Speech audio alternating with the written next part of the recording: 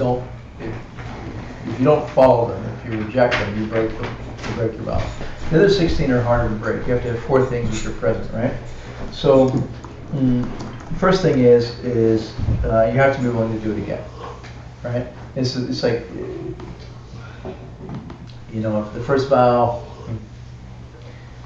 you know, you insult another teacher for your own benefit, you disparage another teacher for your own benefit, you know, this Dharma teacher across town is teaching false Dharma, you know, study with me, say, you know, you want to get the donations, you want the fame, whatever it is.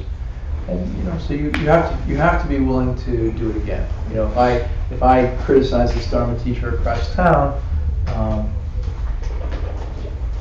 and I'm just have this feeling of, okay, let me just keep at it, and if I just keep hammering at it long enough, you know, all of his students will come over here.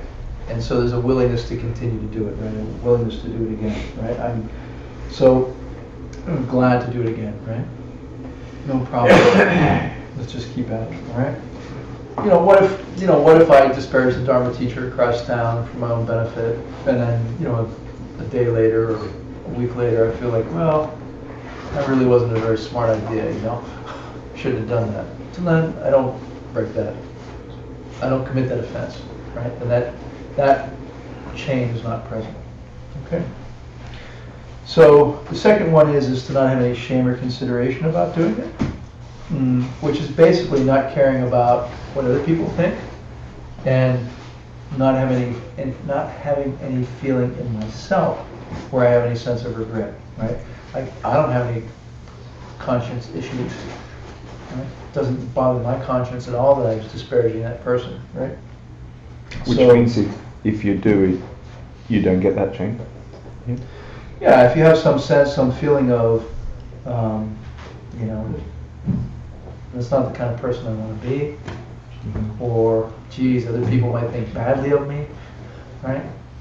Then, you know, you have shame or consideration, right? You have a sense of shame or consideration. So, you know, the point is you would avoid the wrong deed because of those feelings, right? There's this sense of, well, maybe I shouldn't have done that because other people might think badly of me, or I think badly of myself because I did that, right? My own self-image or other people's idea of me, right? So the first 2 things is I'd be happy to do this lousy thing again, and I don't care how I look at other people, and I don't care how I look at myself, right? So that's already kind of hardcore, right? So that's the first 2. And the third is you have to have some kind of satisfaction from doing it, derive some kind of pleasure from doing it. It's like, yeah, I put him down, you know, I put him down, that was cool. You know, I feel good that I put him down and I'm better than him. You know, and everybody sees me as a high lama and him as a schmuck, you know, that was cool, right? Some kind of relish or something, right? So that has to be present also. So, right? So, yeah, it's a little hard to get away with this, right? So you can see where it's hard to have all four chains present, right? To really smash your other 16 bodhisattva vows properly, you have to have all 4 of these things. If any one of them isn't there, you didn't break the vow, right? It sounds like even, I mean, from the standpoint of like keeping a diary, even having one of them, it's kind of something to be noted and to make confession. So I guess there are very different criteria to like what you expect from yourself into what is called breaking the vows. Yeah. Yeah, it's very hard to break through the 16 bodhisattva vows. I mean, you have to be really off the rails. You know, I mean, some kind of minimal, right, smallest little sense of conscience or awareness or ethics. You have to really want to break the vows. You have to just be off the rails. You know, I don't care, doesn't matter, happy I did it, you know. So, and then the last thing is you have to not consider it to be a wrong deed. It's just be like, there's nothing wrong with putting down another Dharma teacher so that I can get his students money. Right? There's nothing wrong with disparaging another Dharma teacher to make him look bad and make me look good. That's totally fine. Right? So that's the 4th, right? And so if all 4 of these are present, then you totally smash your bodhisattva vows. Okay. mostly not going to happen, right? Unless you've really gone off on a bender and stayed there. Yeah. Okay. So there's a very special Bodhisattva vow to talk about so that people don't get into trouble. One of the Bodhisattva vows says that under extraordinary circumstances you are required to break one of the first 7 basic vows of morality. You know, we've got 10 vows of morality, right? Body, no killing, no stealing, no sexual misconduct, right? There's 3 of body, 4 of speech, right? Divisive talk, harsh words, lying, idle talk, right? So there's a Bodhisattva vow that says, you know, under extraordinary circumstances, you have to do those things. You have to do one of those things. You have to break that. You have to break those ethics, you know, under very special circumstances, if necessary, right? If you're saving someone's life by lying or something like that. Yeah, I mean, you know, there's a mass, you know, there's a somebody in the subway or somebody in the street who's trying to hurt other people, and you know, they all run out the door, and you know, he says, where'd they go? And you say, that way, you know, and they went that way. And obviously, you're not breaking the vow if you do that. Right? So, however, the reason we have to talk about it is that technically it only applies to high bodhisattvas. Only very high bodhisattvas technically should break those 7 praktimoksha vows, right?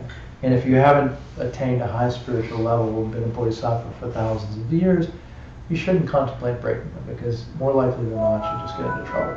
So we have to talk about that. There are bodhisattva vows which are more delicate, and this is one of the more delicate vows, and it's important to highlight it and say it's a special vow, and it's a vow which could easily be abused and is very dangerous as a result.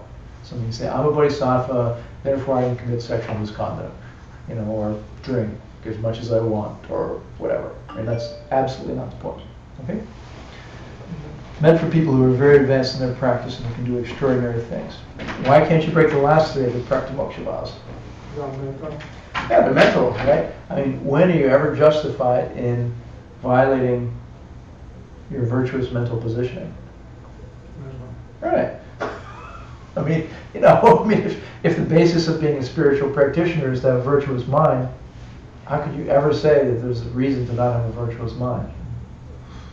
Usually this kind of thing was derived from the story of the Buddha past life, when he was a captain in a boat, and you know the story, and he killed all these monks, and there was a pirate wanted to kill all these monks, and he killed him out of pure compassion, that pirate. And so applied from that he was like, he had clairvoyance. He saw perfectly that the monks were enlightened in our hearts, and then that person would go into the whole most horrible hell, and so it was actually an act of compassion. Yeah. So it's pretty hard to. You have to have clairvoyance mostly to do it. Yeah. I mean, like I think about when is one ever justified in thinking, I'm happy that they failed? You know. Well, I mean, you know, I'm happy that someone didn't get what they want. I mean, it's just, you know, it doesn't make any sense, right? So, all right.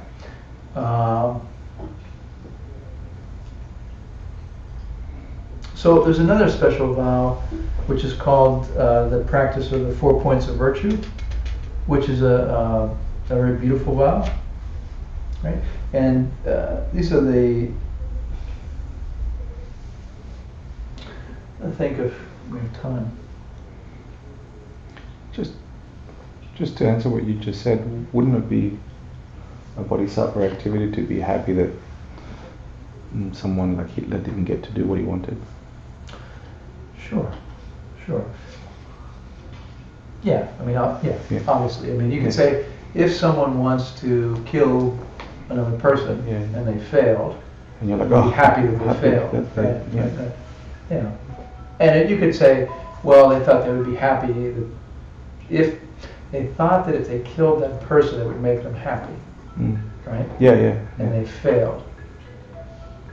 So, yeah. I'm still happy, but I have a sadness that they didn't see the world in a way that could lead them to freedom, to the happiness they're looking for. So yes, so to qualify, you have to say, to an ordinary person, with an unaffected state of mind, where they're not suffering from some kind of delusion, that's an exception, right?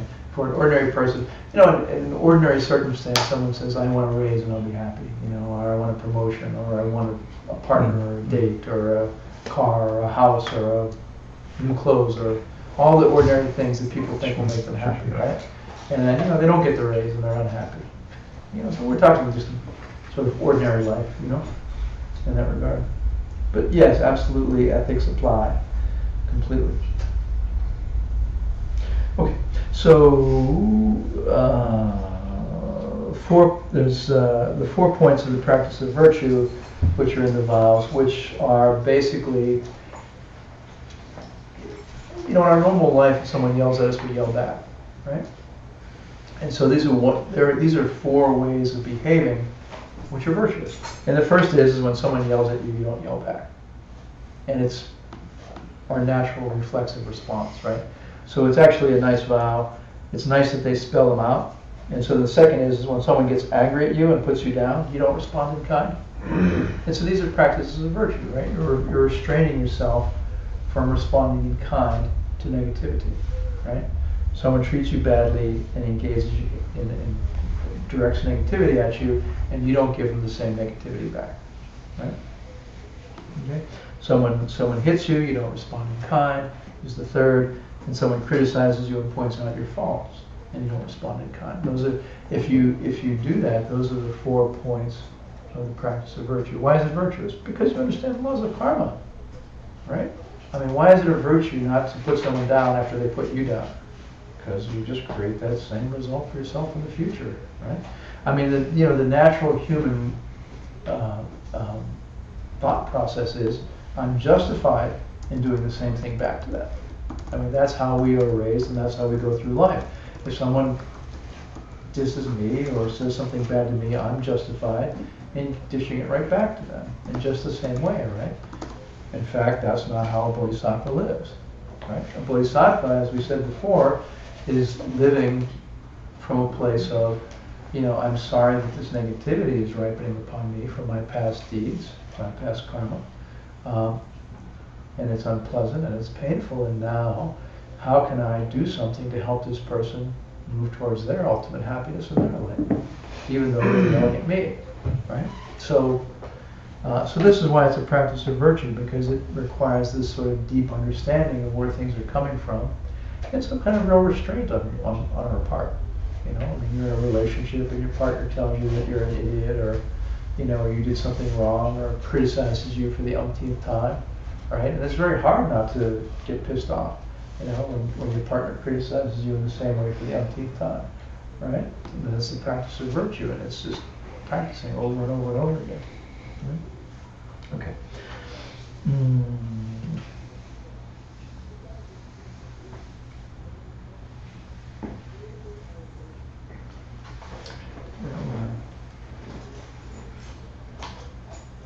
So then there are also another sort of very special set of vows which are included with the Bodhisattva vows. And these are things that people don't typically talk about. If you do get a teaching on Bodhisattva vows, it's usually here's your 18 root vows, here's your 46 secondary vows, and people don't go into these other practices of virtue and white deeds and black deeds and the rest, but they are all included in your Bodhisattva vows, and you are meant to be practicing them. So, and they're very beautiful. So these are 4 white deeds, which are antidotes to certain black deeds. So these are virtuous behaviors which are antidotes to non-virtuous behaviors, right? And so they're complementary, they're paired, okay? So,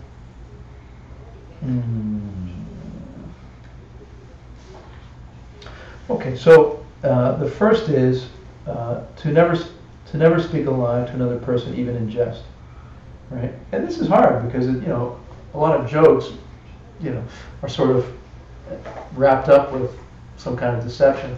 It's funny.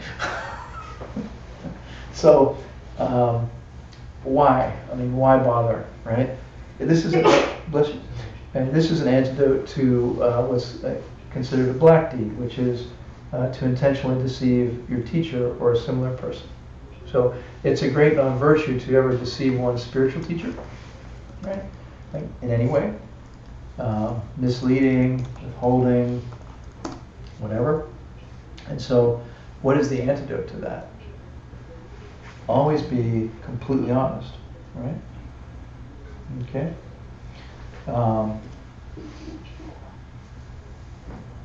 So that's big, right?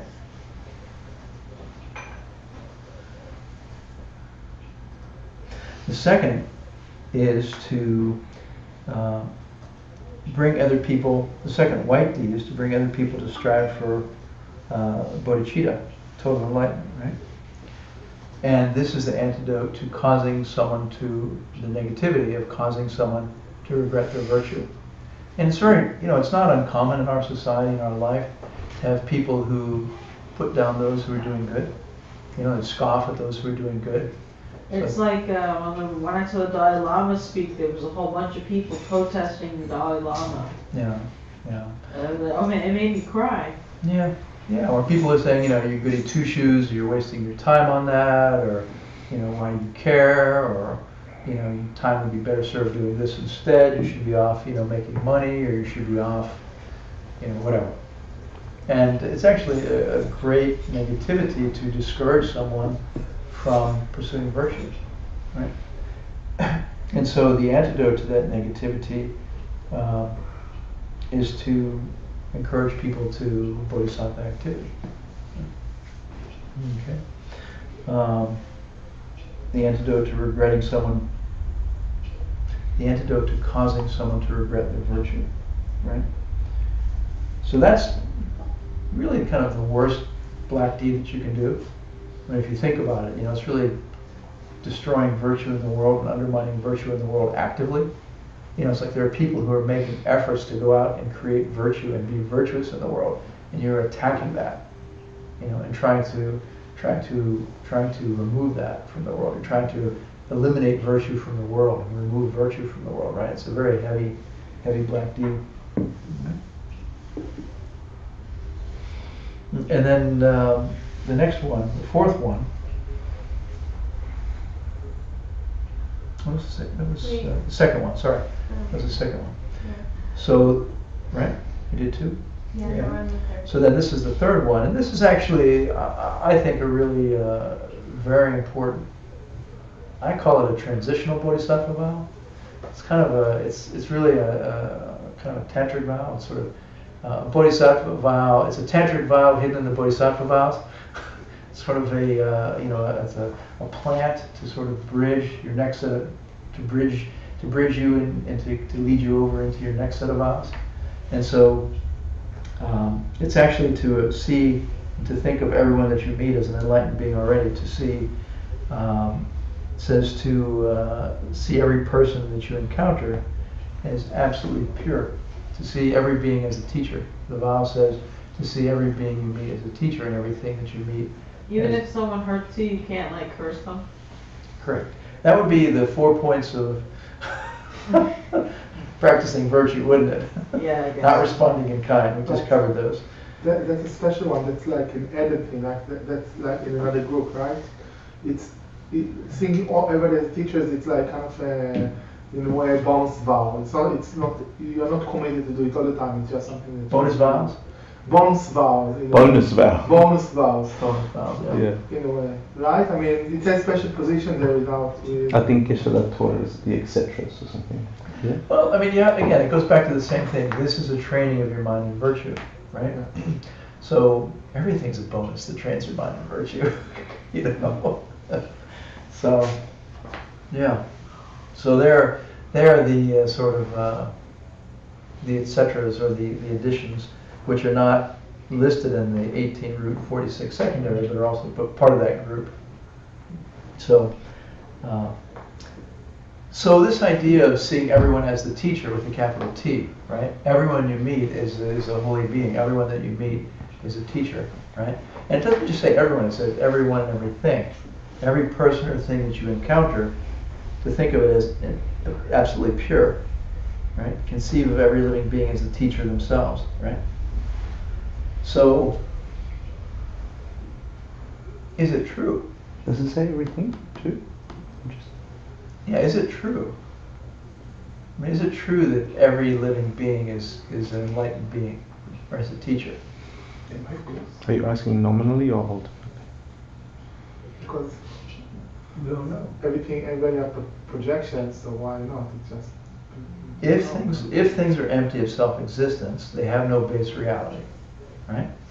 So, if we're well educated, and if we're practicing intelligently, in a powerful way, then we acknowledge, I'm seeing this as somebody who's maybe yelling at me, or somebody who's irrelevant to me, or someone who's nice to me. Doesn't matter how they're appearing to me. How they're appearing to me now is based upon my past karma.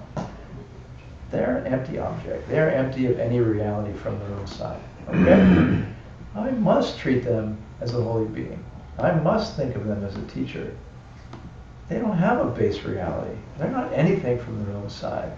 The only thing that matters is how I think of them and how I treat them right now. Because that's creating my future. That's collecting the karma for my future. Okay? That's very powerful, right? Because you're collecting the karmic seeds to see everyone you meet as an enlightened being. How else would you ever see everyone as an enlightened being? Do you think there's some magical way that everyone all of a sudden pops up as an enlightened being in paradise? No. The way everyone pops up as an enlightened being in paradise is that you collect the cause to see them that way. How do you collect the cause to see them that way? You think of them that way, and you treat them that way. Duh! So, this is a very powerful, profound Bodhisattva vow, right? Which segues and bridges into the tantric teachings and advanced teachings, which are oriented to how to train the mind to do that, right? The next set of higher vows are oriented to how to train and discipline one's mind. How to train and discipline one's mind to relate to people and engage people as holy beings all day long, right? Which is bumping you up another level, but we can't talk about that much. At least not right now here. So this is a very profound, powerful vow, right? Is everything in this room ordinary bricks and mortar and wood and wires? There is no base reality. This would be a pure paradise right now if we had collected the causes to see it that way. Because there is no base reality to any of this right now, if I think of it that way and relate to it that way and engage it that way, I am collecting the causes to have that valid perception in the future. So, this third of the, what do they call this?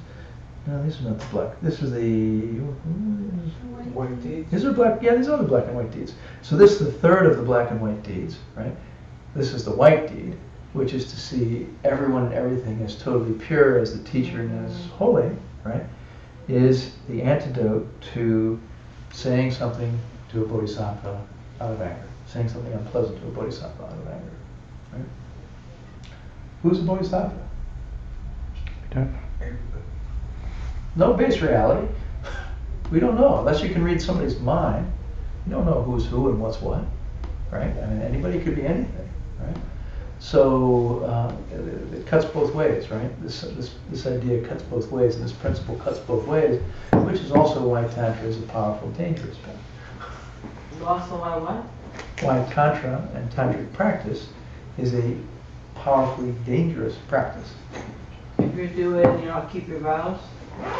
Yeah, if you understand there's no base reality, if you understand that anyone you meet could be a holy being, and you're a jerk to them, you're collecting powerful negative karma, which will bring a result, which isn't very pleasant. So, like that. Okay, not to dwell on it too long, so we'll move on. Then the fourth of these, the fourth of the black and white deeds is to the white deed is to maintain an attitude of total honesty, free of any kind of deception toward every living being. Right?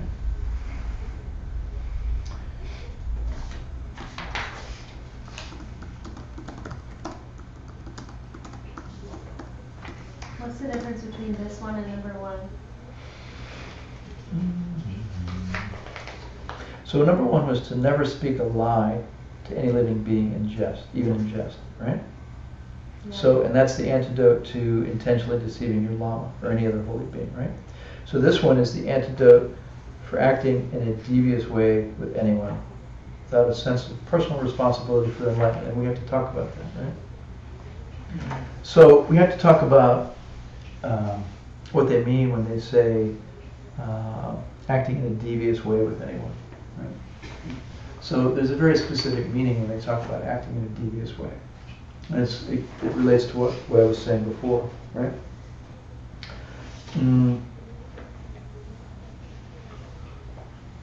It's the transactional interaction that I talked about, right? That's what they're calling devious is acting in a way, how to say this, is engaging a person in a way where you are not thinking about their enlightenment. If you don't engage with a person such that you're thinking about their enlightenment, you're acting in a devious way towards that person. And that's what this vow is saying. This white and black deed is saying. It's saying, if you are relating to people transactionally and not thinking about their enlightenment, then you are a devious bodhisattva.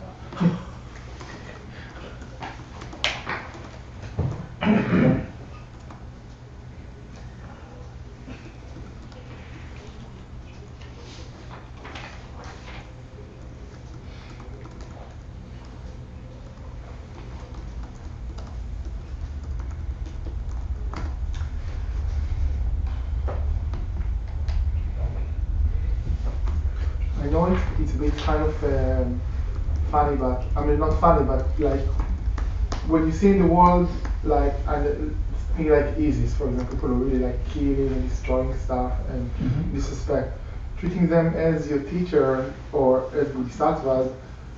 I mean, it is possible, but the question is it profitable? I mean, because sometimes people represent a force that you want to oppose. In a sense, it's kind of creating a lot of damage in the world. The way I see it, of course, it's all my projection. Who knows, ultimately, but still, sometimes. No, absolutely. Listen, if you see people doing negativity in the world, killing, stealing, raping, maiming, blowing things up, and you think of them as the teacher, right? Does that mean you go, everything you do is wonderful and lovely and great and holy? No. I mean, you have bodhisattva vows, right? So if we are trained spiritual practitioners, then we're saying, you can't hurt other people. You can't mistreat other people. And so this is very sophisticated practice, you see. And again, this takes you to the higher vows, which are much more sophisticated in their training and in their application. And so, is it possible to say, you know what, there is no base reality here. I'm seeing the shit hit the fan, right? Which is valid reality conventionally, right? And therefore I have to say, do this, don't do that, that's wrong, that's right, right? While at the same time being aware that there is no base reality and the way that you position and the way that you speak and the way that you engage is collecting karma for your future. Said another way, can you engage with someone who's harming someone else with the right attitude, with a holy attitude, where you're thinking, maybe this is some great spiritual being who's doing this. How should I speak to them to tell them to stop it, right? It requires a lot of thought, it requires a lot of attention, it requires a very careful, delicate positioning, right? Lamas are very good for that. And the karma is extra powerful. I mean, if you had to jump in between the Dalai Lama and someone he was punching in the face. Or the protesters and the Dalai Lama, right? No, I mean the holy being, the Dalai Lama, and you had to tell the Dalai Lama stop punching somebody in the face. It's a very high, powerful, strong imprint in your mind that you know he's projecting as something. Absolutely. For you to interact with, and so for you to stand up for that virtue is extremely powerful in your mind. Absolutely. Yeah, absolutely. And very difficult and very delicate, because what does the mind want to do? The mind wants to say, that's good from its own side and that's bad from its own side, self-existent. You know, that, you know, they're right and they're wrong, self-existent. So very high training and very high practice to be able to position with correct view, right? And ethics, and appropriate bodhisattva ethics, or higher ethics, to say, this is what I'm seeing based upon my past karma ripening, right? I understand it's my past karma ripening. I understand there's no base reality. I understand this is a blank screen playing out my past deeds. And now I'm going to do the appropriate, correct thing ethically, right? Positioning nicely and properly, speaking respectfully, speaking with the right attitude and the right tone, to say, you know, would you please stop punching them, because it's not the right thing to do, and I would hate to have to grab you, but would you please stop punching them, or whatever you want to say, you know? In some situations, you need a more kind of more assertive way of. Whatever you want to say, can you do it with the right way of thinking and positioning, right? Be very hard. In these situations, you take it's not about talking. It might be throwing yourself between them or fighting or something like that. So after you tackle them and wrestle them to the ground and restrain them, can you, you know, speak politely and properly and think correctly? Right? Maybe, right, exactly. That's the training, right? And as I say, Lamas are very good for this. I mean, that's why, you know, the teacher, spiritual teachers, are so valuable, because they are ground zero for this kind of practice.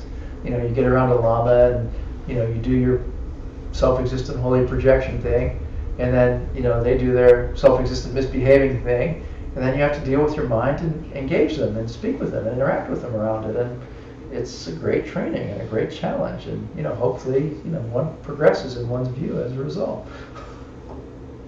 Hopefully. Okay. So, anyway, this last black deed, maintain an attitude of total honesty. The white part is to maintain an attitude of total honesty, free of any kind of deception towards every living being. I mean, that means, you know, on every level, like, you know, flat out, straight up, honest. You know, what we say and what we mean are consistent and congruent, right? And it's very difficult. Like, it's very difficult to always be in integrity with one's speech. You know, someone says, you know, hey, will you help me, you know, set up for the event next weekend? And you're like, yeah, okay, I'll try to be there. But in the back of your mind, you're like, I know I'm not going to show up. You're not doing this. You're not following this vow. Because part of you knows that you don't really intend to show up, and you're not being in integrity and being honest and saying, you know what, I don't think I'm going to show up. Right? So it's breaking this vow in that respect. You see, it means being completely honest, so that what you know to be true in your mind is what you actually express. And it's actually very, you know, as we practice these things, we become more, in many respects, more simple and childlike and pure, because there isn't all this second guessing, there isn't all this positioning, and should I say this or shouldn't I say that, or should I be careful about this or should I be careful about that? You know, it becomes very simple. It's just, this is what I think, this is how I feel, this is how it is. I'm not withholding anything, I'm not positioning, I'm not trying for any outcome, I'm just telling you the reality of my thoughts and where I'm at. You know, and then you know, all of this sort of protecting and, you know, and all of it just sort of fades away, and the mind becomes much clearer and much less cluttered and much less tied up in knots from all of the gymnastics that it typically goes through. And so life becomes more simple and more childlike in many respects as one does this. One moves away from the paradigm of, I have to protect myself, I have to compete, you know, I have to try to get from others, I have to be in competition with others, into, I'm helping everyone all the time and being straight up with everyone all the time. You know, that's all I'm doing, and it's just very simple. So it's nice. It's a nice way to do it, right? Okay. So we have to talk about keeping the vows and breaking the vows briefly before we run out of time. So why do you think people might break their vows? They don't know them. Yeah, the main reason is people don't know them, right? I mean, it's very common that you know, the Lama flies into town and gives the initiation on the weekend, and, you know, you go and make the donation and sit through the thing, and maybe it's in Tibetan, maybe you understand, maybe it's in English, and, you know, then they fly out of town, and, you know, there's lots of ritual and pomp and circumstance, and you got initiation or you got vows, and that's that, and you're done. But you don't even know what your vows are, right? So can you say they break them if they don't know they have them? Yeah, because so I think your read between the lines is if you don't have a perception of the vows, if you don't have a perception of yourself breaking the vows, do you actually break them, right? Is that what you're saying? I'm not sure what you're asking. How can it be a vow if you don't know you have it? Well, there's a vow ceremony where, I mean, so for example, in a typical vow ceremony, you would, you know, invoke all the enlightened beings and bodhisattvas and ask them to come before you and then recite the prayers and aspirations and commitments, saying, I swear to help every living being, I swear to be a bodhisattva, I swear, you know, that I'll dedicate and devote my life to these things, right? So, and then that ceremony is what plants the seeds of the vow in your mind stream, right? Which vow? The ones you Well, perceived, or some self-existent external list of 18, so 46? there's the activity of taking the vows, Mhm. and then there's the activity of keeping the vows, Mhm. right? So one can take the vows without knowing what they are. Like for example, monastic vows and tantric vows, you don't know what they are before you take them. Mhm. You engage in the vow ceremony and you get so when you get vows, karmic seeds are planted in your mind stream as a result of going through the ceremony and the thought process associated with that, right? Mhm. Now, what happens after that is what we're talking about. So you definitely get the vows during the vow ceremony. Well, you can say you get a karma of perceiving yourself taking on something. Yeah. Yeah. But then what? Like what happens after that? Then the next minute you might do an activity. You don't know. I break your vow a minute later. Yeah, but you don't. What I'm saying is, if you don't have a perception, Uh-huh. I mean, I know we've been training this, and I sort of know the answer, but I want to go through the discussion. I Sure. guess. Yeah. Sure. If, Yeah. if you don't know, if you don't have a perception of, let's say, this last specific vow, being totally honest, Right. you know, but you did the ceremony and you had a heartfelt, I would like to be a bodhisattva Right. in general, helping every Yeah. living being. Yeah. How could you say that you have how can you have a perception of breaking at something that you haven't generated as a karmic object in your mind, Right. other than someone telling you self-existently Right. out there that you've had a perception that's against what you should have had? Right. So there's two things. One is pursuing the vows to change one's mind, Mhm. right, on the positive side, and then there's breaking the vows, which we just finished talking about, which is, you know, how do you break the vows and what The do you 4 mean to break the chains, vows? yeah. So you know, if you're going off saying nothing matters and all the things we just talked about, then you're breaking the vow. So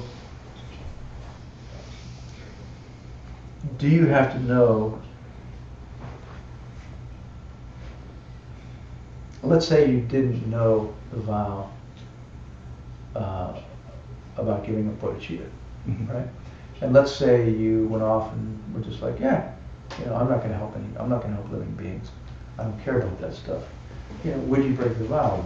Yeah, because you have a perception of yourself not caring about living beings, right?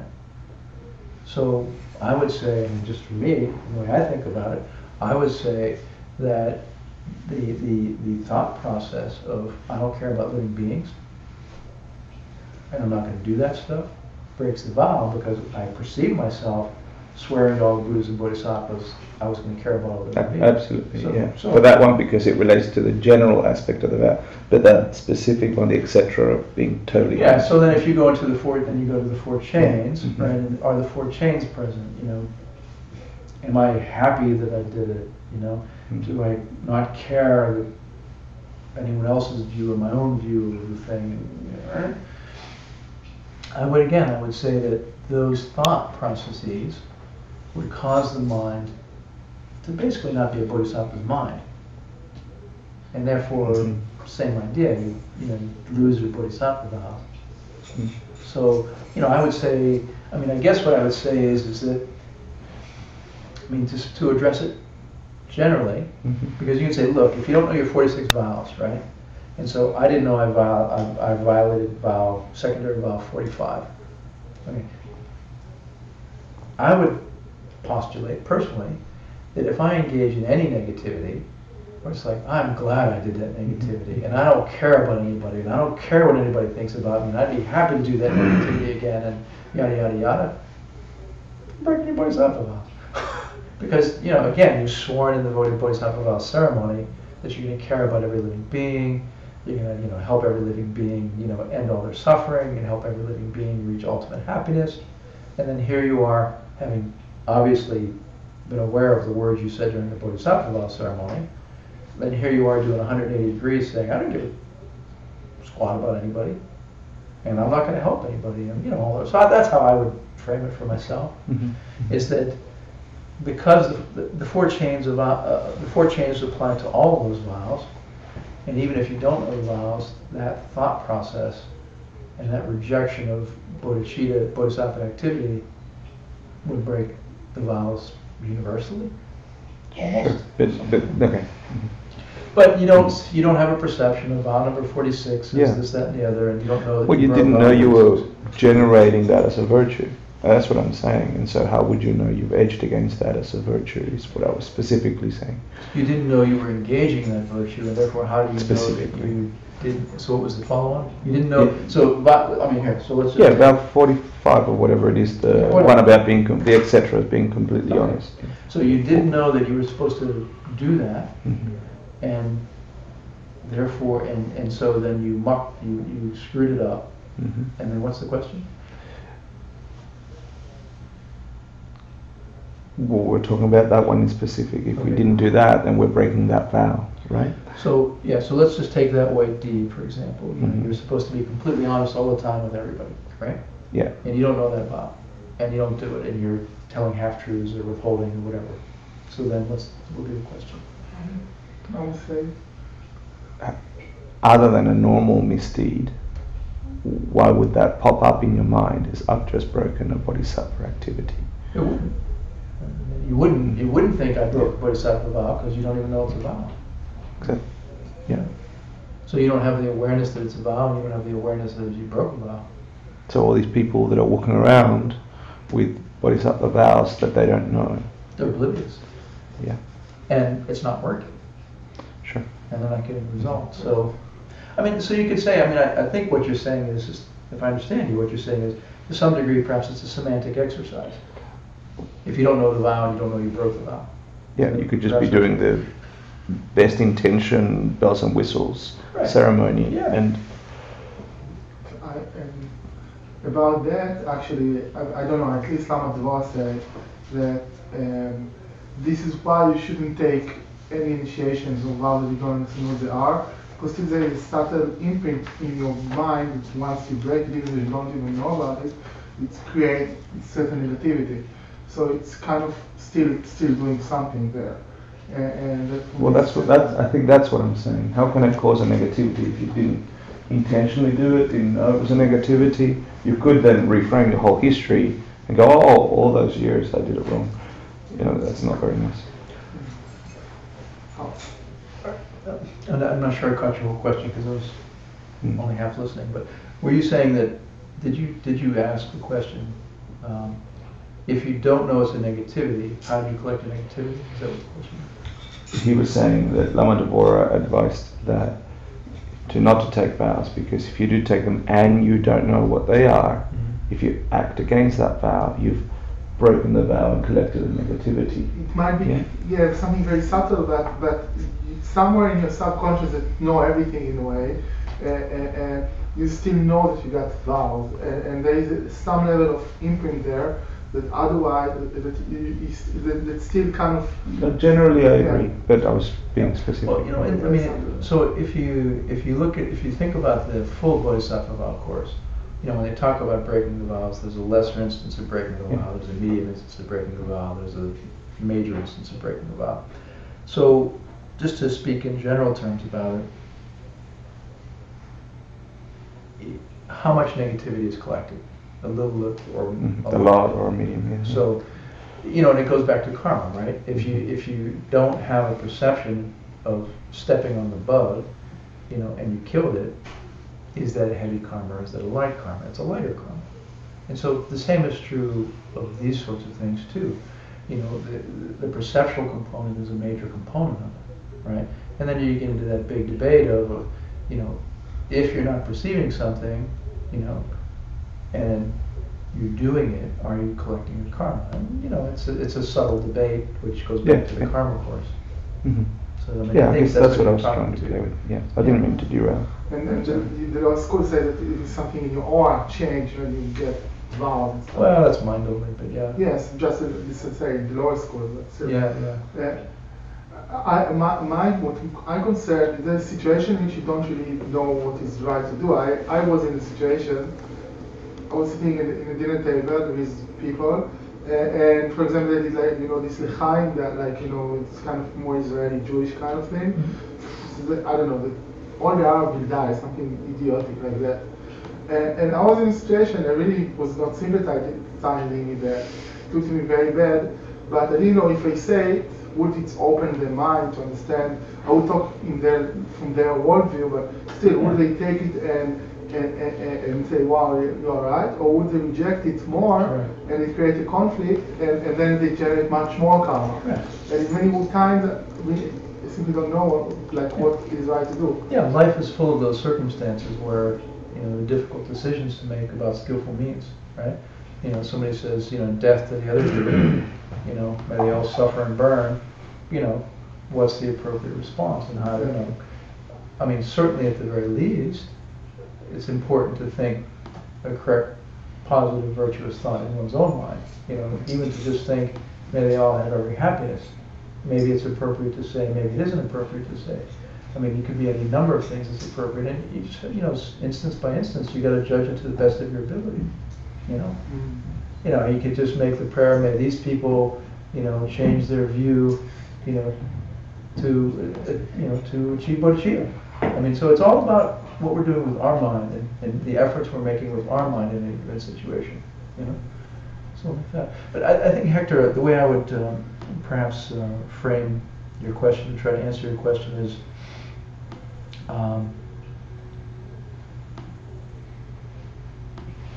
what is the impact upon the mind, right? If we're not engaging in,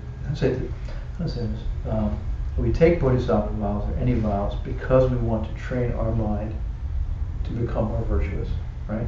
And we don't learn the vows, and we don't engage in more virtue. Mm-hmm. Is that breaking the bodhisattva vows?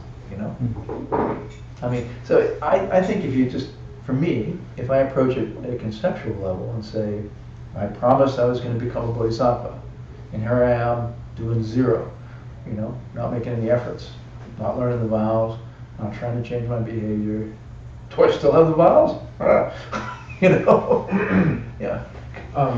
Here we come up against the forever argument of moral relativism versus moral absolutism. But in a Buddhist context, it becomes even worse, because if we want to say that the bodhisattva vows are thus and such, this, not that, then in so doing, we're imputing to them, or it can be argued that one is imputing to them a self-existent meaning, unchanging, and a virtue that arises from the object on its own part, as opposed to our being engaged in a never-ending, dynamic, developmental understanding. Yeah. Okay, what it is. So then it's not the keeping of the vow, because we will never keep a vow. Okay, or the understanding of the vow, because we will never understand the vow. But the key. But only the improvement upon what is our current degree of inadequacy with respect toward the vow, unless you can say to yourself, well, I am the omniscient one.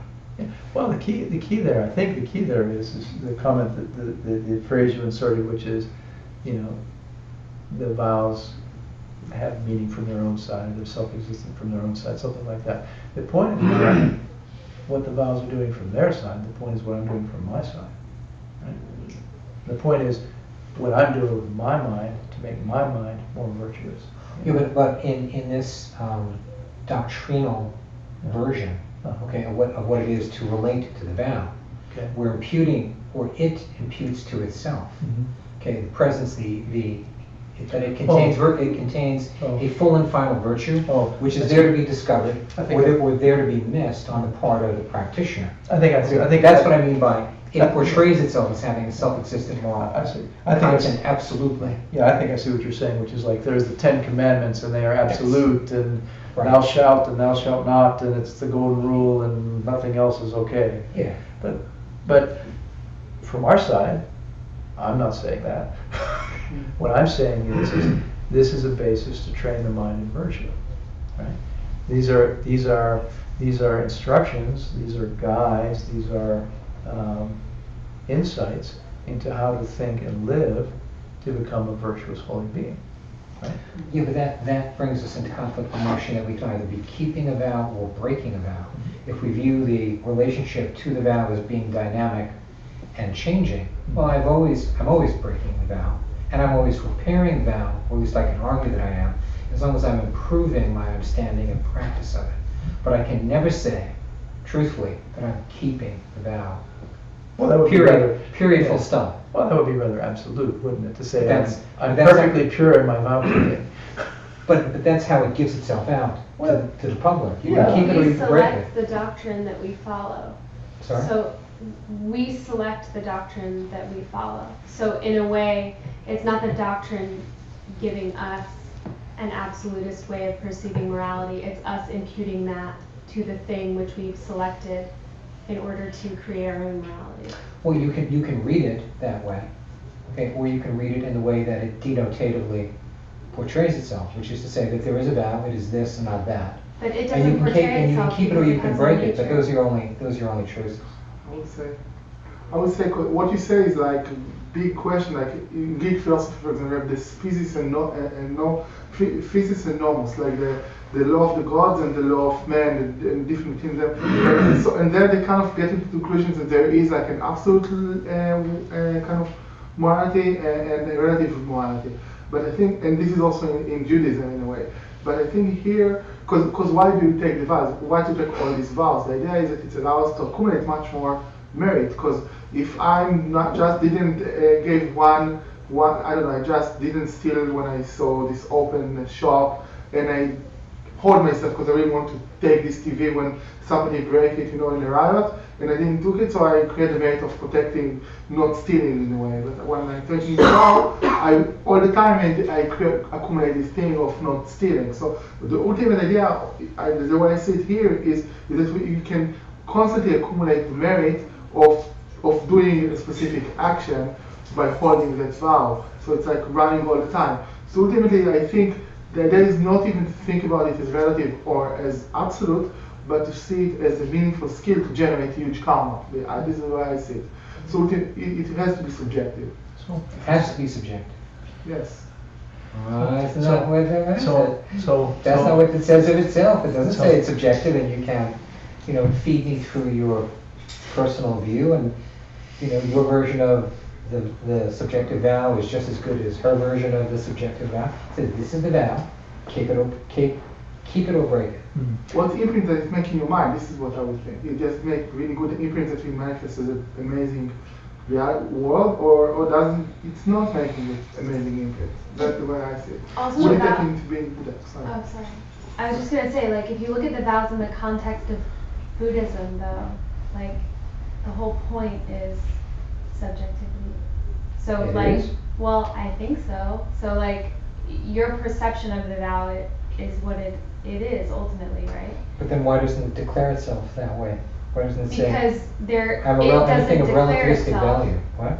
Because we're imputing your meaning to it. No, but it has the power to declare itself as being fixed, so it has the power to declare itself as being subjective. So let me Just by change of verbiage, So and let me- it chooses not to do so. So let me jump in because it's getting late. So I'll be a little mystical for you, Bruce, just to mix it up, Let me record, Bruce, for the record. This is to whom we shall be mystical. Okay. Take it away, John. The vow teachings are very clear in saying that we start with lower vows and we work upward to higher, more sophisticated vows. And as we move up that vow ladder, if you will, the higher vows supersede the lower vows, right, and become more sophisticated or more precise or more profound or more important, whatever you want to call it. So there is already built into the vow system the notion of relativism, if you will. The Dhammapada Sutra also says very clearly that these teachings are a boat that you eventually leave behind.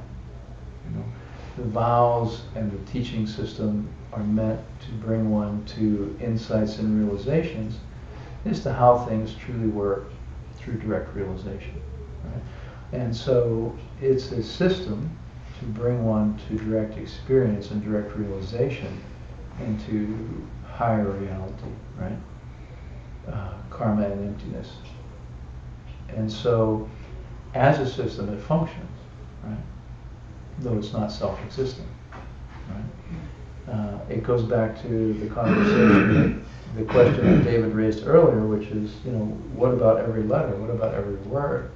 Where does its meaning come from? Where does its identity come from? It doesn't exist from its own side. So, our minds manifest words and meaning and ideas and vows and a Buddhist system, right? Which serves a purpose and functions and brings about a result. And this is why it is so rare and so profound and so holy to encounter a system which actually works. To take suchness, to take a blank canvas and to create words and meaning and concepts and ideas in a comprehensive system beginning to end, which will lead us to evolve into another kind of being, right? Pretty rare odds. So that's what we're talking about. None of it's static, none of it's absolute. It's all on a canvas, subject to change. And we have this circumstance where we have brought into being and manifest a system and a language and words and vows and everything about it, which in principle functions to bring about ultimate happiness and paradise. And it isn't self-existent. And it could disappear. And it could turn into something that doesn't work. So, leave it with that. I was just saying one note about the way the Buddhist vows, like the Patimuk vows, were made. It was not like the Buddha reached enlightenment and then he got them from heaven, all these vows, and they were set like that. Actually, his first, 60 disciples didn't have vows, they didn't need vows. He didn't need vows, And then when the Sangha grew up and people start, not like really noble people start joining, people start to fuck up, and then he kind of created a lot of vows as he goes along, because this group, they did really shitty things, so you say that vow. That man got drunk and make a lot of mess, so you make that vow. And it was kind of really the way, that's the way it looked in the sutras, in a very kind of arbitrary way. Like it could be really different if some people would behave differently in a way. So I think even in the beginning it was looked at something that was relevant and just kind of general guidance for practice, and also something kind of to keep the dynamic within the Sangha cool, in a way. And then it became like formalized later. Okay, so it's getting late, so I'm just going to run through the last homework questions. So name the 4 typical causes why a person might break the Bodhisattva vows. You don't know the vows in the first place. 1, you know them, but you're lazy, careless, or forgetful in keeping them. 2, 3, you know the vows, but your mind is overwhelmed by your afflictions. You have a klesha attack, right? You can't help yourself. You just, the anger arises, it asserts itself, it dominates the mind, it's out of control, say la vie, right? And then lastly, 4, you disregard the vows because you don't respect them. They're the holy beings who gave them. Right? The 4 antidotes to these 4 things. The antidote to not knowing the vows is become a master of the vows. The antidote to being careless or lazy or forgetful in keeping the vows is be mindful and pay attention and catch yourself when you start to slip. having a klesha attack, an affliction attack dominate your mind so that you lose it and break a vow. The antidote to that is to pick your worst mental affliction and start working on reducing it so that your afflictions don't dominate your mind. Start with the worst mental affliction, your biggest enemy, and try to chip away at it and reduce it. Okay, and then the antidote to disregard for the vows and the holy beings who gave them to you is to see the results you get from keeping the vows and feel respect because you're getting results. Okay. And then finally, the 5 steps involved in keeping bodhisattva vows well. Think of the vows as a gift given to you personally by an enlightened being, and respect the speech of the Buddha. Can you go over the klesha attack antidote again? Yeah, pick your worst mental affliction, whatever your biggest dominant mental affliction is consistently, Okay. and start to attack it, start to work on it, start to wear it down, reduce it, weaken it. So 5 steps involved in keeping the bodhisattva vows well. Think of them as a gift given by an enlightened being to you personally and respect that. Secondly, have 3 intentions. Intend to follow them because they came from an enlightened being. Intend to become enlightened yourself, and intend to help limitless beings. Thirdly, take the vows based upon the prior feelings. Fourth, respect the vows as your most precious possession in the world. Think that this is the most important thing you possess among all your possessions. And then, you avoid breaking the vows based upon that previous point. Okay.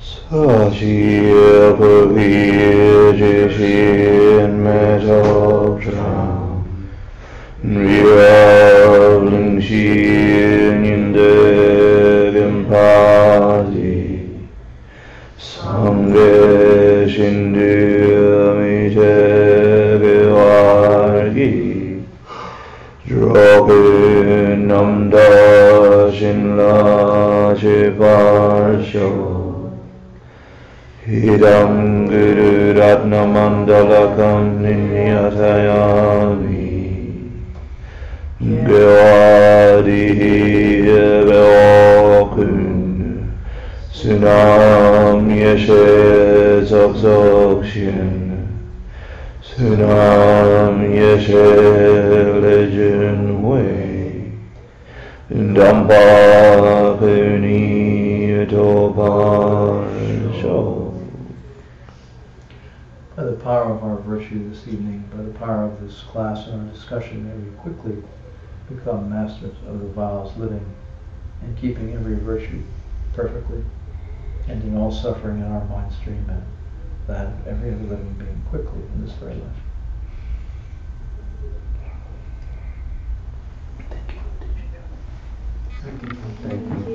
Thank you for the spirited class. It's a pleasure. Glad to be flush it out and have a little debate and get down to the nitty-gritty bottom line of it all, right? And course 16 and question 8. I think that the 4 ways of seeing things, but